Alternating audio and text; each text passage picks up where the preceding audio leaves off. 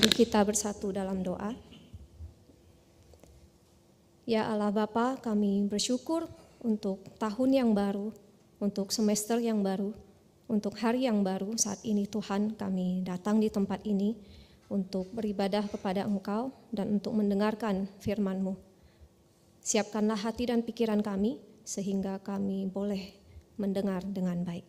Terima kasih ya Tuhan, berikan kami roh yang mau submit, yang mau taat kepada Engkau. Dalam nama Tuhan Yesus kami berdoa. Amin. Silakan duduk Bapak Ibu yang saya kasihi. Perikop yang diberikan kepada saya untuk dikhotbahkan dari 1 Samuel pasal 7 ayat 1 hingga ayatnya yang ke-14. Mari kita buka Alkitab kita di dalam 1 Samuel pasal 7 ayat 1 hingga ayatnya yang ke-14. Saya akan membacakan untuk kita semua. 1 Samuel pasal 7 ayatnya yang pertama. Lalu orang Kiryat Yearim datang untuk mengangkut tabut Tuhan. Mereka membawanya ke rumah Abinadab di atas bukit dan menguduskan Eliezer anaknya untuk menjaga tabut Tuhan. Sejak saat tabut itu tinggal di Kiryat Yearim, waktu yang cukup panjang berlalu, 20 tahun lamanya, dan seluruh kaum Israel mengeluh kepada Tuhan. Kata mengeluh di sini seperti berkabung, orang yang meratap untuk orang yang meninggal, ya. Jadi adegan ini dibuka dengan suatu gambaran yang sangat vivid, yang sangat kuat dan mencolok. Jadi kita membayangkan ada orang yang sedang meratap, mungkin meraung-raung, ya. Dan kita bertanya ya, kenapa mereka mengeluh tabut Tuhan ada bersama dengan mereka? Kemungkinan pada masa itu mereka masih ditindas oleh orang Filistin. Dan kemudian di ayat 3 kita melihat sang pemeran utama muncul di dalam adegan itu. Samuel berkata kepada seluruh kaum Israel, jika kamu berbalik kepada Tuhan dengan segenap hati, singkirkanlah ilah-ilah asing dan Astoret dari antaramu dan arahkanlah hatimu kepada Tuhan. Beribadalah hanya kepadanya, maka Ia akan melepaskan kamu dari tangan orang Filistin. Kemudian orang-orang Israel menyingkirkan patung-patung Baal dan Astoret dan beribadah hanya kepada Tuhan. Sampai di ayat ini syarat-syarat yang disebutkan oleh Samuel sudah dilakukan ya oleh bangsa Israel. Mereka beribadah hanya kepada Tuhan dan kita mengantisipasi adegan selanjutnya bahwa Tuhan akan segera melepaskan mereka dari tangan orang Filistin. Tetapi ternyata belum selesai. Samuel berkata, kumpulkanlah semua orang Israel di Mizpah. Aku akan berdoa kepada Tuhan untuk kamu. Mizpah itu daerah tinggi ya. Jadi di ayat 6 bangsa Israel kemudian datang, ya mereka mungkin ya mendaki bukit sampai ke Mizpah, berkumpul di sana dan mereka menimba air dan mencurahkannya di hadapan Tuhan. Di sana mereka berpuasa pada hari itu dan berkata, kami telah berdosa kepada Tuhan. Samuel memerintah sebagai hakim atas orang Israel di Mizpah. Nah, ketika orang Filistin mendengar bahwa orang Israel telah berkumpul di Mizpah, raja-raja kota orang Filistin maju untuk menyerang Israel. Orang Israel mendengar hal itu dan menjadi takut terhadap orang Filistin. Orang Israel berkata kepada Samuel, jangan berhenti berseru bagi kami kepada Tuhan Allah kita, supaya Ia menyelamatkan kita dari tangan orang Filistin. Lalu Samuel mengambil seekor anak domba yang masih menyusu dan mempersembahkannya kepada Tuhan sebagai korban bakaran seutuhnya. Samuel berseru kepada Tuhan untuk orang Israel dan Tuhan menjawab dia. Bagaimana Tuhan menjawab? Narator menunda ceritanya dan adegan itu berpindah ke Samuel sementara dia sedang mempersembahkan korban bakaran itu. Orang Filistin maju memerangi orang Israel. Jadi ada semacam suspense atau ketegangan karena narator menangguhkan jawaban Tuhan. Sementara desakan orang Filistin itu semakin terasa. Dan disinilah klimaks daripada pasal ini di ayat 10b. Tetapi hari itu Tuhan mengguntur dengan bunyi yang dahsyat atas orang Filistin dan mengacau balaukan mereka. Mereka terpukul kalah di hadapan Israel. Orang Israel keluar dari Mispa mengejar orang Filistin dan memukul mereka kalah sampai melampaui Betkar. Kemudian Samuel mengambil sebuah batu dan menempatkannya di antara Mispa dan Yesana. Ia menamainya Ebenezer. Katanya, sampai di sini Tuhan telah menolong kita. Demikianlah orang Filistin ditundukkan dan tidak lagi memasuki wilayah Israel. Tangan Tuhan menekan orang Filistin seumur hidup Samuel. Kota-kota yang sudah pernah diambil orang Filistin dari Israel kembali menjadi milik Israel dari Ekron sampai Gad. Orang Israel juga merebut wilayah sekitarnya dari tangan orang Filistin. Antara orang Israel dan orang Amori pun ada damai. Oke. Sekilas kita melihat plot atau alur cerita dari pasal yang barusan kita baca itu cukup straightforward ya. Ada masalah, lalu kemudian umat berdoa dan ada pertolongan Tuhan, kemudian ada keselamatan. Dan ini adalah tipikal rangkaian cerita dalam Ulangan ya, cerita-cerita di dalam kitab Ulangan. Ada dosa, umat berdosa, mereka mengalami penindasan, mereka berseru kepada Tuhan dan lalu Tuhan menolong mereka. Dan selama ini juga kita sebagai orang Kristen mungkin kita juga diajarkan ya begitu dari kecil. Guru sekolah minggu biasanya mengajarkan kalau anak-anak kalau kamu ada masalah, orang tua bertengkar, kamu berdoa. Tuhan pasti akan menolong. Gitu. Bahkan mungkin hingga saat ini ya kita sebagai orang dewasa kita percaya kepada Tuhan supaya kita selamat. Ya. Semata-mata supaya kita selamat.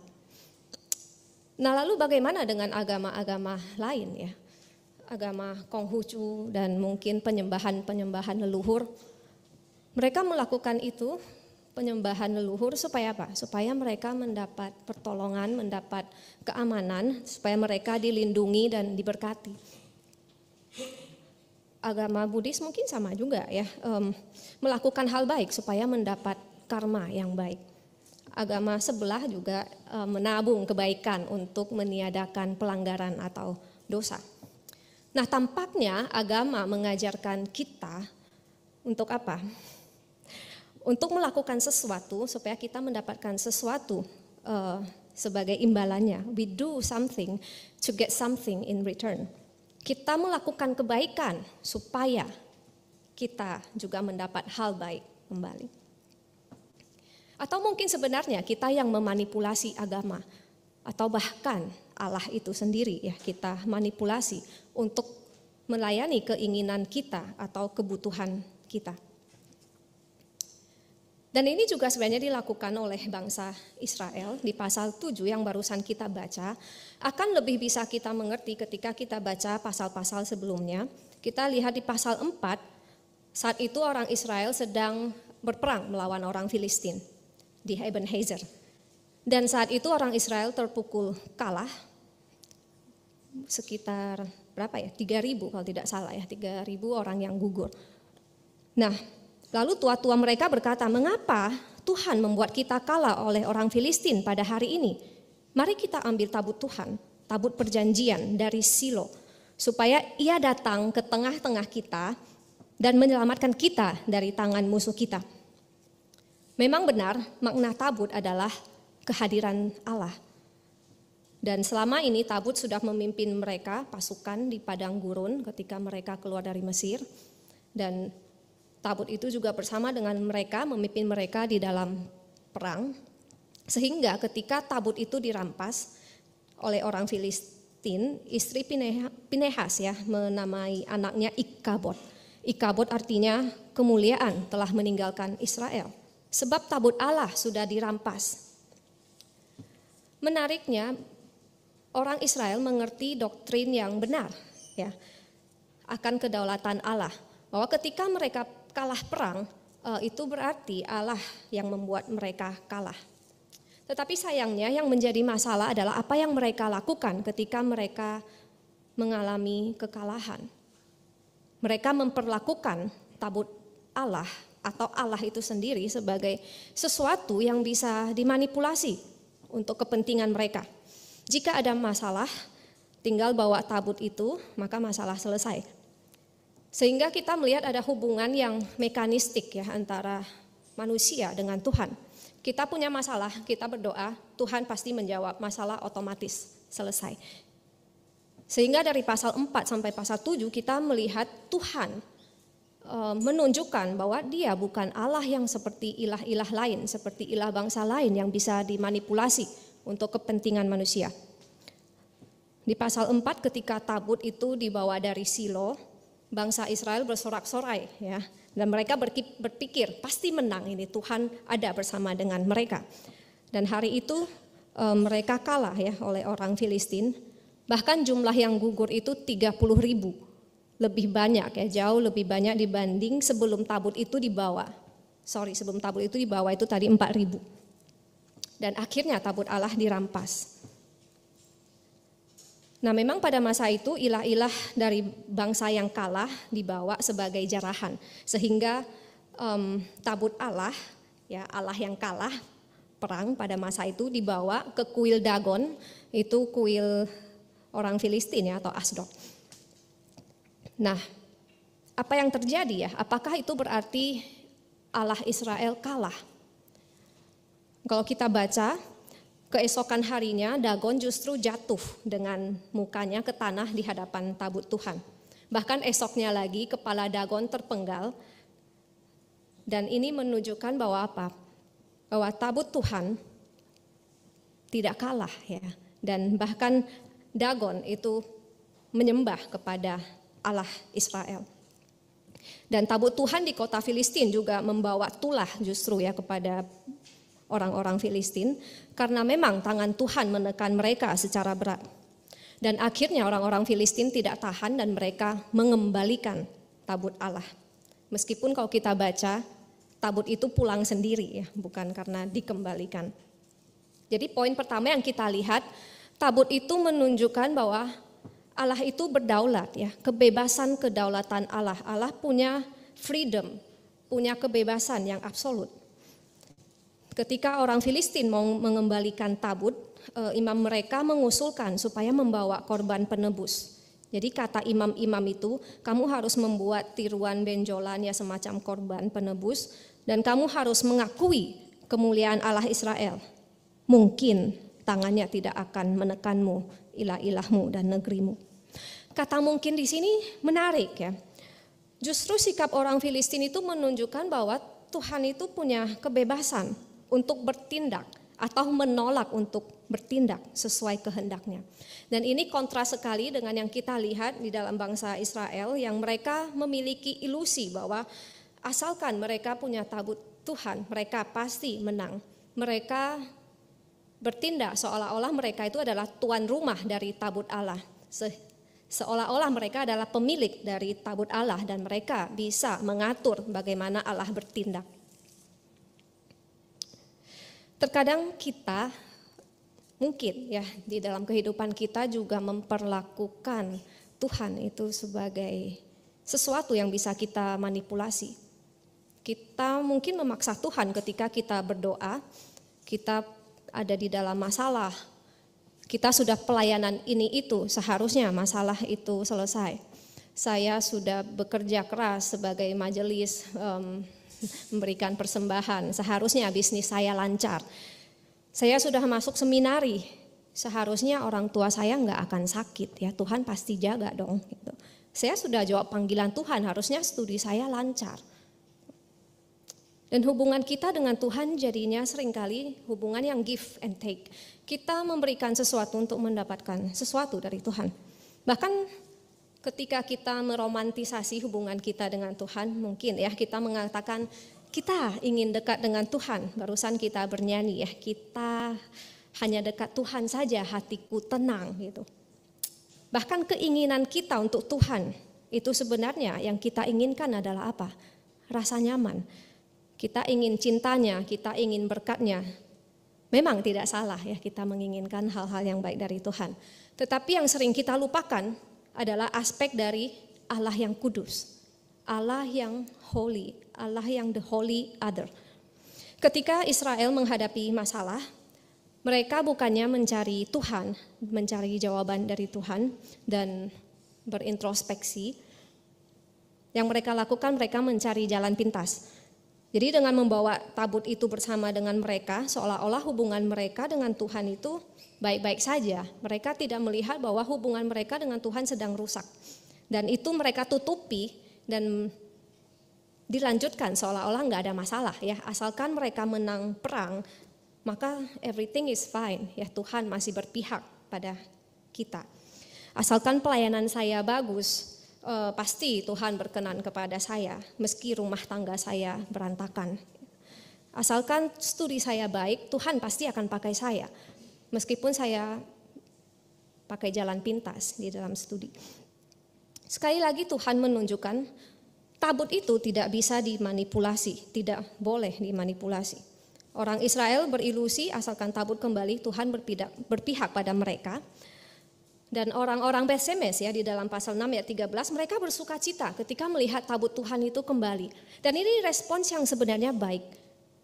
Kembalinya tabut itu menunjukkan bahwa Allah hadir di tengah-tengah mereka. Tetapi poin yang kedua yang ingin saya tanyakan ya, kehadiran Allah itu apakah kita bisa tahan? Bisa kita tahan berdiri di hadapan Allah yang Maha Kudus? Apakah kita bertanya Allah berkenan untuk bersama-sama dengan kita, untuk hadir di tengah-tengah kita? Tabut Tuhan kembali ke Israel, tetapi bukan hal baik yang terjadi. Kalau kita lihat di ayat 19, pasal 6 ayat 19, ironinya justru orang-orang Betsemes, 70 orang terbunuh. Kita tidak tahu alasan yang jelas. Beberapa terjemahan ada yang mengatakan karena mereka melihat ke dalam tabut Allah yang sebenarnya nggak boleh, bahkan imam pun nggak boleh menyentuh tabut itu. Ada yang mengatakan karena anak-anak Jekonia ya tidak ikut bersukacita ketika melihat tabut itu kembali. Atau di terjemahan lain mengatakan karena tidak ada imam. Apapun masalahnya pada masa itu, ini menunjukkan bahwa kita tidak bisa terburu-buru ya untuk menyimpulkan bahwa kabot kemuliaan Allah itu sudah kembali. Pernah nggak kita bertanya apakah memang Allah menginginkan kebersamaan ya dengan kita? Apakah memang Dia ingin berada di tengah-tengah umatnya? Ketika pelayanan kita tampak baik, berhasil, apakah memang Tuhan berkenan atasnya? Sehingga di ayat 20, pasal 6 ayat 20, orang-orang Betsemes bertanya, siapa yang sanggup menghadapi Tuhan, Allah yang kudus? Siapa yang tahan berdiri di hadapan Tuhan yang kudus itu? Dan Allah yang kudus ini menginginkan satu sebenarnya, pertobatan hati ya. Di pasal yang barusan kita baca, ayat 3, Samuel mengajak umat untuk bertobat.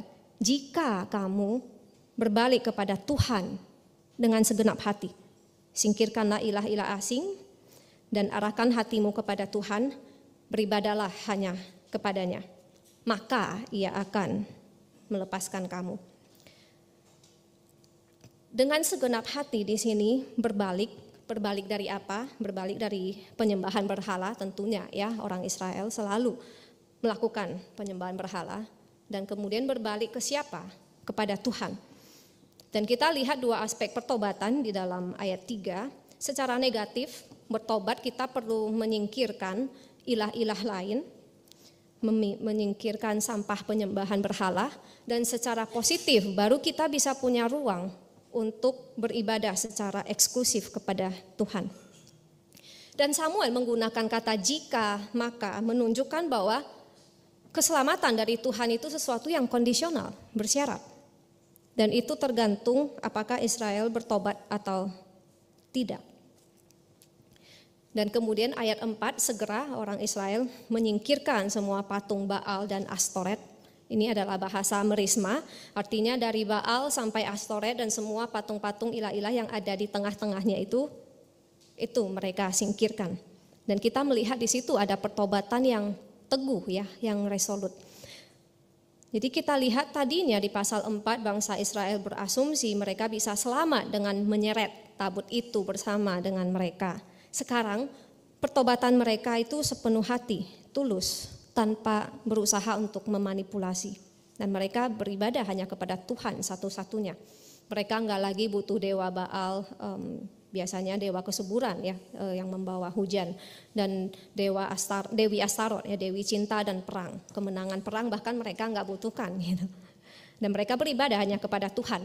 Jadi kita lihat di ayat 5 itu semacam happy ending, ada resolusi yang baik, dan seharusnya kita mengantisipasi bahwa keadaan akan pulih. Tetapi Samuel berkata, tunggu dulu ya, belum, saya perlu berdoa untuk kamu di ayat 5. Dan kemudian mereka melakukan ritual air dan orang Israel berpuasa dan mengaku dosa. Di ayat 6, kami telah berdosa kepada Tuhan, itu kata bangsa Israel. Dan mencurahkan air dan berpuasa itu menunjukkan bahwa mereka betul-betul menyesal dan bertobat. Kenapa perlu repot-repot ya Samuel melakukan ini? Tampaknya ia ingin mengajarkan bahwa hubungan dengan Tuhan itu ya sekali lagi tidak mekanistik ya. Karena kita melakukan A, maka Tuhan pasti harus segera melakukan B. Dan di sini meskipun orang Israel sudah memenuhi syarat mereka beribadah kepada Tuhan, tetapi bagian Tuhan itu adalah kebebasan Tuhan. Sehingga kita ingat prinsip perjanjian atau covenant itu adalah conditional tetapi sekaligus unconditional. Bersyarat tergantung kepada kita, tetapi juga unconditional itu tergantung kepada kebebasan kehendak Tuhan. Jadi Allah tidak bisa dimanipulasi dengan hal-hal yang religius atau ritual, melainkan Dia menginginkan ada pertobatan yang dimulai dengan kesadaran akan dosa. Bahkan pertobatan itu ya meskipun adalah syarat, tetapi tidak cukup untuk kita memaksa Tuhan menyelamatkan kita. Seruan kita dan jawaban Tuhan itu enggak otomatis terjadi. Dan memang setelah mereka mengaku dosa, bangsa Israel bertobat, keadaan enggak langsung menjadi baik, justru ada krisis di situ. Sekarang orang Filistin mendengar orang Israel telah berkumpul di Mispa, mereka berpikir dan memutuskan untuk maju menyerang mereka. Jadi kita melihat justru ya ada krisis setelah mereka bertobat. Jadi tanggung jawab kita sebenarnya adalah memang ya untuk bertobat, tetapi untuk menyelamatkan itu adalah bagian Tuhan. Memang pertobatan adalah awal daripada keselamatan, tetapi kebebasan Tuhan adalah bagiannya untuk bertindak. Dan Tuhan baru menjawab Israel di ayat 10b yang tadi kita baca, setelah Samuel mempersembahkan korban bakaran. Ketika kita mengalami masalah, kita cepat-cepat bertobat supaya kita terlepas dari masalah. Dan ini bisa menjadi semacam manipulasi ya, dan hubungan yang mekanis dengan Tuhan. Kita tidak lagi bertanya, apa Tuhan berkenan atas kita? Dan kita tidak bertanya, mungkin. Ya, seperti orang Filistin, mungkinkah Tuhan mau menolong? Bersediakah Tuhan tinggal bersama dengan kita? Dan seluruh narasi tentang tabut Allah dan kekudusannya yang tidak bisa dimanipulasi ini sebenarnya menyisakan satu pertanyaan.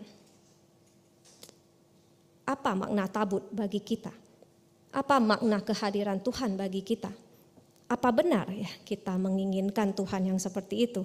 Apa benar kita menginginkan kehadiran Tuhan yang kudus itu? Atau jika Tuhan mau hadir di tengah-tengah kita, apa yang sebenarnya Ia syaratkan? Samuel berkata, dengan segenap hati berbalik kepada Tuhan. Hati adalah inti ya, bukan soal emosi saja yang kita tahu, tetapi juga soal pikiran dan inti keberadaan kita. Apa kita bisa ya berbalik kepada Tuhan dengan segenap hati dan beribadah hanya kepadanya?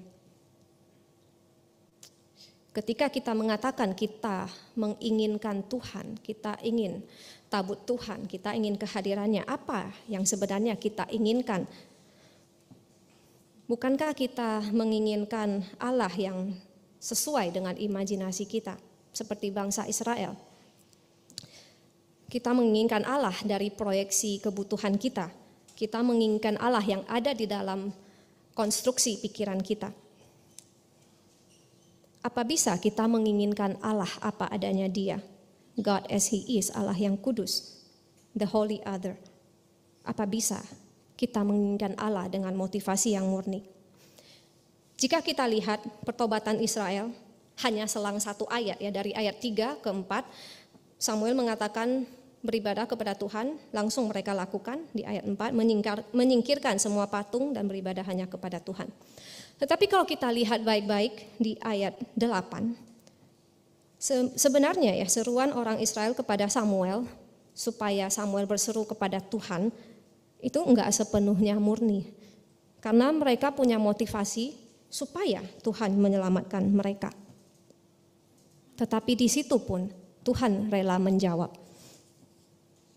Kita mungkin tidak bisa punya motivasi yang sepenuhnya murni. Pertanyaan orang-orang Bet Semes di pasal 6 ayat 20, siapakah yang tahan berdiri di hadapan Tuhan Allah yang kudus ini? Ini pertanyaan retorik. Sudah pasti jawabannya enggak ada. Enggak ada satu manusia pun yang bisa tahan berdiri di hadapan Tuhan. Lalu bagaimana kita bisa menginginkan Tuhan dengan segenap hati, dengan segenap jiwa dan akal budi? Ya, ini yang kita punya, hati yang broken sebenarnya, cinta yang suam-suam kuku. Kita mau melayani Tuhan tetapi masih dengan ego pribadi kita. Kita bekerja untuk Tuhan tetapi dengan kebutuhan untuk pengakuan. Bahkan ketika kita mengorbankan diri kita di pelayanan, kita melakukannya untuk diri kita sendiri. Tapi ini yang kita punya saat ini, di sini. Dan ini yang ingin kita persembahkan semuanya dengan keretakannya. Ini yang kita akui, kita tidak sanggup menginginkan Tuhan. Bahkan mungkin kita tidak mau dan tidak ingin menginginkan Tuhan. Tetapi kita mau belajar untuk menginginkannya sekarang dan saat ini. Aneh sekali bahwa Tuhan menjawab dan menolong bangsa Israel. Bahkan ketika Tuhan tahu di pasal berikutnya, setelah mereka diselamatkan oleh tangan Tuhan, mereka segera menolak Tuhan di pasal 8 dan meminta seorang raja manusia. Kita berpikir kurang ajar sekali ya, tetapi momentum pertobatan di pasal 7 ini pun Tuhan rela terima, meskipun Tuhan tahu dia akan dikhianati. Nah, ini mengingatkan kita kepada Kristus ya, yang rela mati untuk kita. Bahkan ketika kita masih berdosa dan mungkin akan terus berdosa. Dan ini juga yang menjadi pengharapan kita, tindakan Tuhan yang setia sepanjang hidup Israel dan sepanjang hidup kita, 30 tahun, 50 tahun, hingga sejauh ini Tuhan tetap menolong. Kemenangan Israel seluruhnya adalah tindakan Tuhan sendiri, Tuhan yang berperang, dan kemenangan itu adalah milik Tuhan. Dan kemudian Samuel menempatkan batu peringatan yang dinamai Ebenezer, batu pertolongan, bahwa Tuhan telah menolong kita sejauh ini, hingga titik ini, hingga saat ini.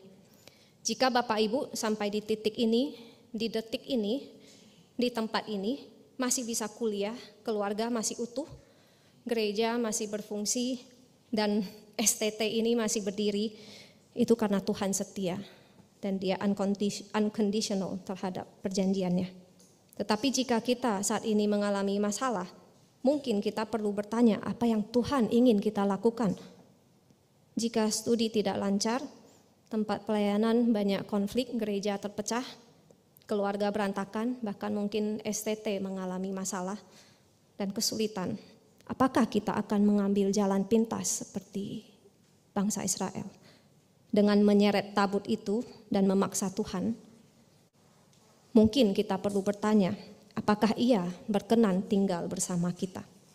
Mari kita berdoa.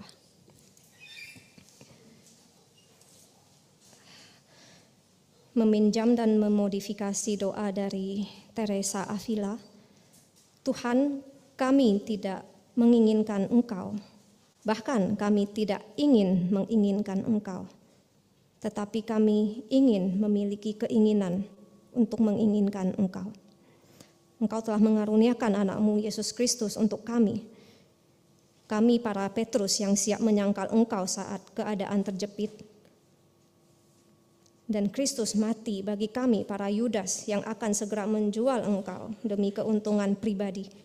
Hari ini kami ingat bagaimana Kristus rela mati bagi kami, bahkan ketika kami masih berdosa. Ampuni kami ya Bapa, dan kami mohon, Berikan kami hati yang mau menginginkan Engkau. Hati yang tidak sempurna, penuh kekurangan dan keretakan, tapi itu sepenuhnya kami ingin belajar persembahkan kepadamu saat ini di sini. Kiranya Roh Kudus menolong setiap kami. Dalam nama Tuhan Yesus, Allah dan penebus kami yang hidup, kami berdoa. Amin.